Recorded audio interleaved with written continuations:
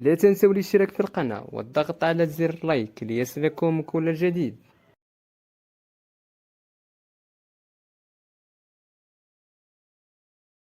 وليد الركراكي. دياز اليوم فعال جدا، وإذا استمر بهذا المستوى حرز الكان سيكون كمدرب أسعد إنسان في العالم. أشاد وليد الركراكي مدرب المنتخب المغربي بأداء إبراهيم دياز، مؤكدا أن اللاعب أصبح اليوم فعالا ويقدم إضافة منتظرة منه. وقال الركراكي في ندوة صحفية قبل مواجهة تنزانيا في ضمن نهائي كأس أفريقيا: دياز اليوم فعال جدا، نحن وصلنا به إلى حيث أردنا. عندما وصل في شهر مارس، أتذكر كانت هناك مباراة ضد أنغولا، والمباراة الشهيرة أمام موريتانيا. كان يحتاج إلى بعض الوقت للتأقلم مع هذا الفريق ومع الكرة الإفريقية.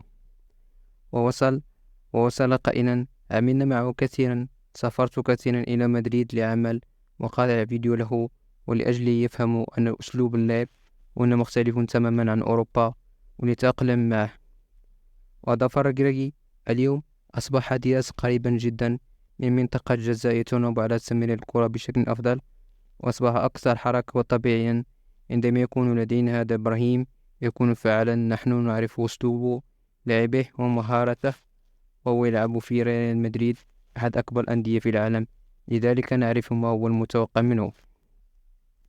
فتحدث الجريجي أيضا عن استقلالية اللاعبين وأهمية تنويع مصادر الخطر داخل الفريق، قائلا: أما بالنسبة للاستقلالية بالنسبة لإبراهيم، أيوب الكابيلي سجل 3 أهداف أيضا، وقلت سابقا إن الخطر يمكن أن يأتي من أي مكان. قبل هذه كان الصباري فعالا، كما كان لدينا لاعبون آخرون مثل رحيمي فعال، والخنوس كذلك. ما يهمني ليس عدد الأهداف التي يسجلها اللاعبون، بل أن الخطر يمكن أن يأتي من أي مكان.